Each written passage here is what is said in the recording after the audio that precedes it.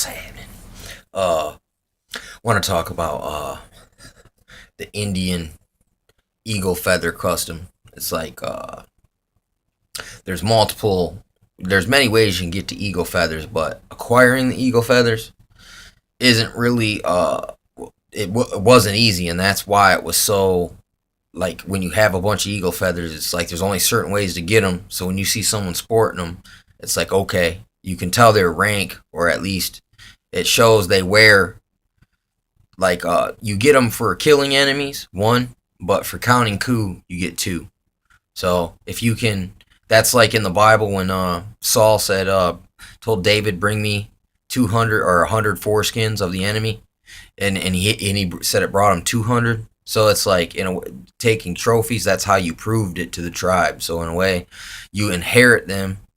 You know what I'm saying? They're kept around. You know, for one, and you can get one handed to you for like a special one, like a blessed by like a elder. You know what I'm saying? That's one way to get them. But another way, you could find them while you're out walking. You know what I'm saying? So that could be another way to acquire them. And either way, if you found one, that'd be like everyone would be like, "Oh, that's nice, man. That's cool. That means something." You know what I'm saying? Basically, but the way that people went out and got their own, you couldn't just like walk out and smoke an eagle. Like if you went and smoked an eagle and brought the eagle back and everyone's seen all your feathers, they'd be like, "Hey, did you?" They just sniff the end of it, and if they you could smell death on it, well, oh, you found a dead eagle. If it no death smell, hey, why'd you shoot that eagle?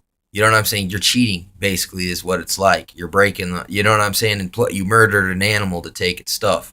But you could take the eagle's feathers. And supposedly, these guys dug pits. And you'd lay like branches across it. And you basically go get like a snake that's not poisonous. And you would sit there like this, holding the snake. And you would wait for a dang eagle to come down. And while the eagle was grabbing the snake, you're supposed to reach your hand through there and snag off a feather. And then the thing, will trip out and fly away. So, I mean, in a way, you're not killing it. You got to trick it.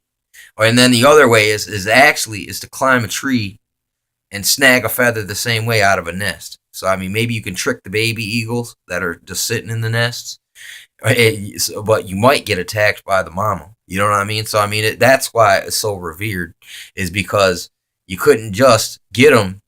You just couldn't go out and smoke eagles. And you're not going to see an eagle just every day, all the time. You know what I mean? It's like you have to be very determined, for one, and you got to be brave and quick and snatcheroo. You know what I mean? So you got to go get a snake and dig a hole. That requires a lot of preparation.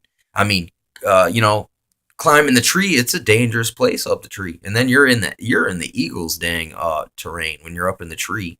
So, but same thing, that those eagles got sharp talons and beaks. I'm sure many people in this attempt, in that pursuit, came out with scars on their hands. It's another thing. Like Indians probably would look at another Indian's hands, they see scars on them, and they'd be like, "Oh yeah, you got bit by an eagle."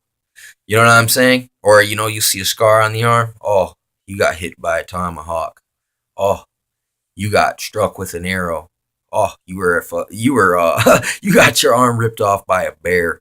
You know what I mean? Stuff like that. And it's even like Samson. It's recorded how he slayed a lion, man. And he didn't tell anyone. It was kind of like his own, like It's so. I mean, look. Here's the thing. I mean, people act like there is a balance. Okay, if the wolves are attacking you, you have the right to kill them. You know what I'm saying? Some people these days act like we're supposed to, they're kind of in the right place. The Indian was like this. It's hunts were made with sacrifice, and prayer, all that stuff. The men got themselves right before they went and did these things.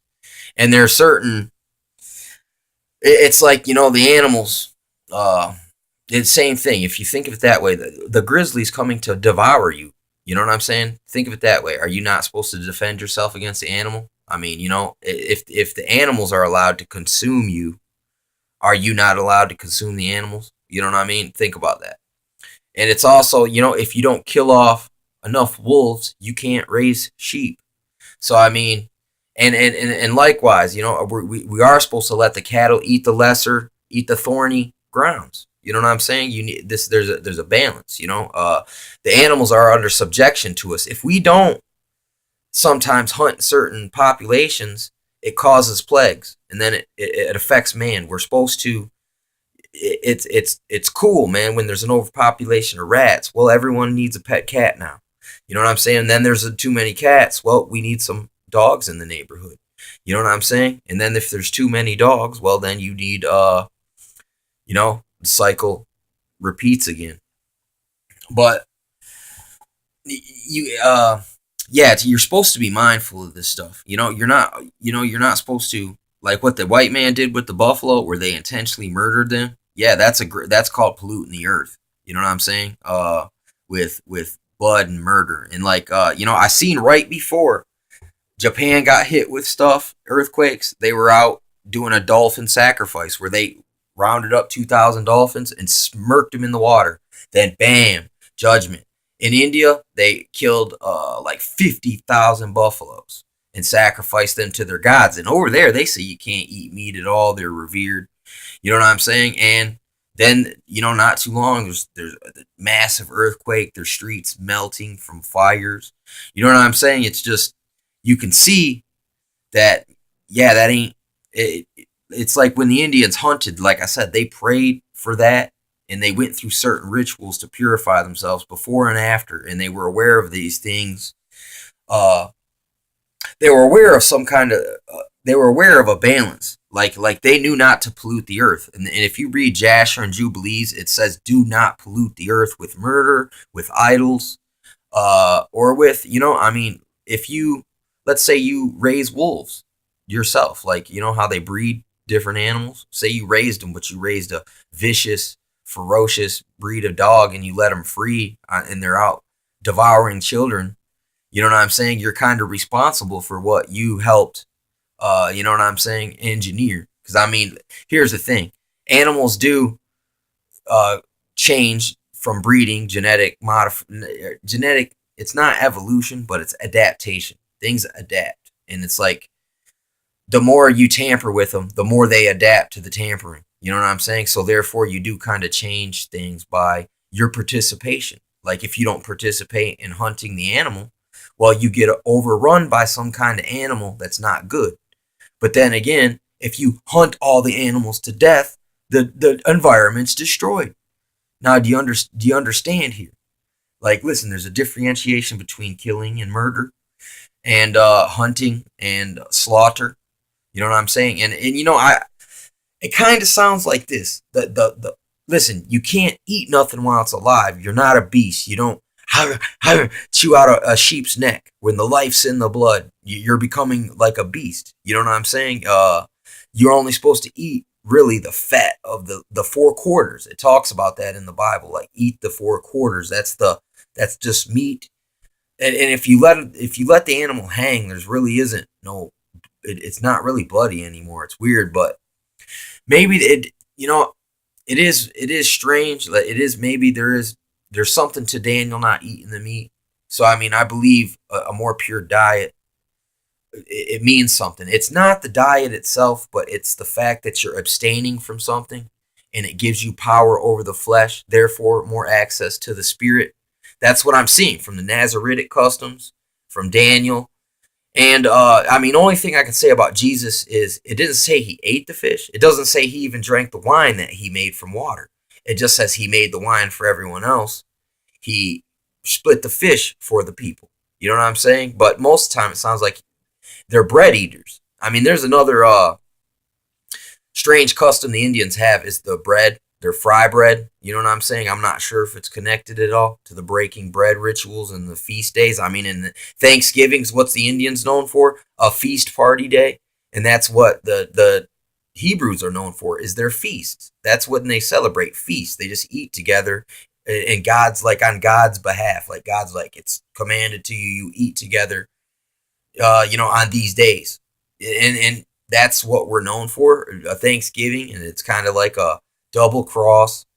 type of a situation. I mean, I just want people to be aware of these things, you know, just not not to cause you know what I'm saying? Digging up the hatchet, man, and old bad blood, but I mean, still, you know, at least remember it correctly for what it is, you know, sometimes instead of trying to a magician effect, man, point to the mountain, strike the grindstone, redirection. Uh they turned it around when I was in school. I swear it made it sound like almost like the pilgrims helped the Indians. You know, the Indians were dying and the pilgrims had mercy.